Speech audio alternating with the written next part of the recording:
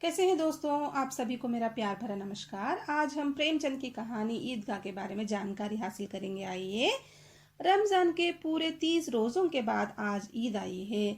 कितना मनोहर, कितना सुहावना प्रभात।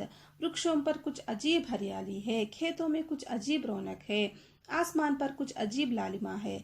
आज का सूर्य देखो, कितना प्यारा, कितना शीतल है, मानो संसार को ईद की बधाई दे रहा है। ईदगाह जाने की तैयारियां हो रही है। लड़के सबसे ज्यादा प्रसन्न है, बार बार जेब से खजाना निकालकर गिनते हैं।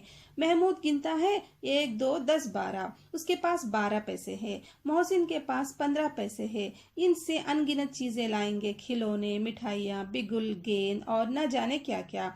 और सबसे ज्यादा प्रसन्न है हामिद। वह भोली सूरत का 4-5 साल का दुबला पतला लड़का था। उसका पिता गत वर्ष हैजे की भेंट हो गया और माँ ना जाने क्यों पीली पड़ती गई और एक दिन वह भी परलोक सिधार गई। किसी को पता न चला कि आखिर अचानक यह क्या हुआ। अब हामिद अपनी दादी अमीना की गोदी में सोता है। दादी अम्मा हामिद से कहती है कि उसके अब्बा जान रुपये कमाने गए हैं। अम्मी जान अल्लाह मियाँ के घर से उसके लिए बहुत सी अच्छी चीजें लाने गई है। आशा तो बड़ी चीज है। हामिद के पाँव में जूते नहीं है, सिर पर एक पुरानी टोपी है जिसका गोटा काला पड़ गया है, फिर भी वह प्रसन्न है। अभागिन अमीना अपनी कोठरी में बैठी रो रही है।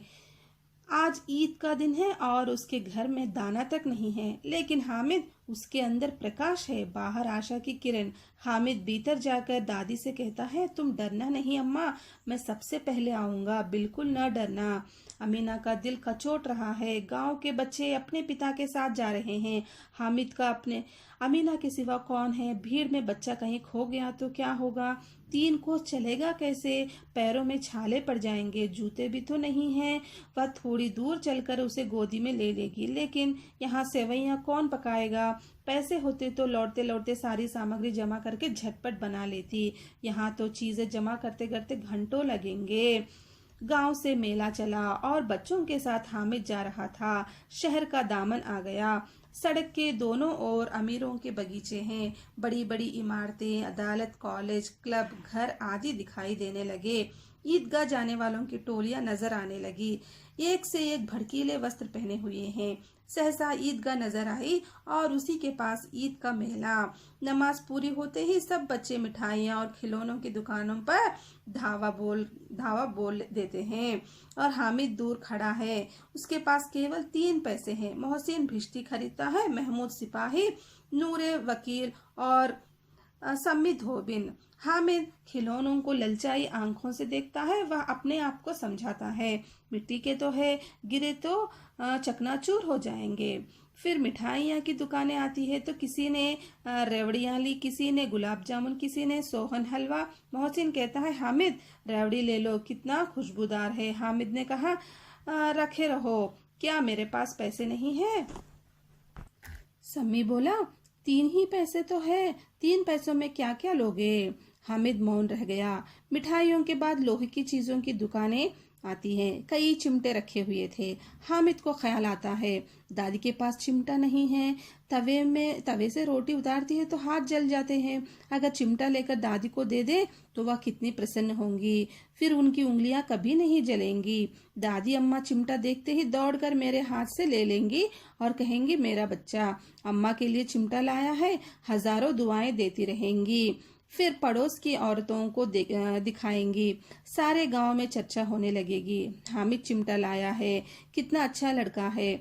बड़ों की दुआएं सीधे अल्लाह के दरबार से पहुंचती है और तुरंत सुनी जाती है। हामिद ने दुकानदार से पूछा, यह चिमटा कितने का है? 6 पैसे कीमत सुनकर हामिद का दिल बैठ गया।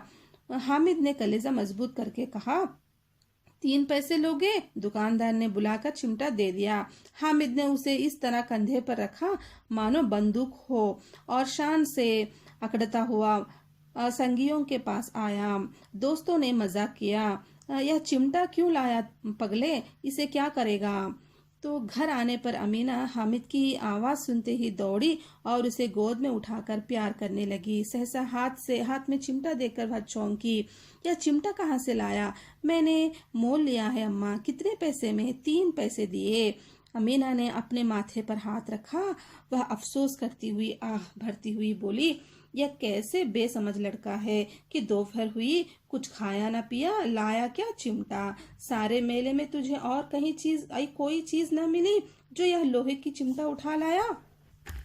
हामिद ने अपराधी भाव से कहा, तुम्हारी उंगलियां तवे से जल जाती थी।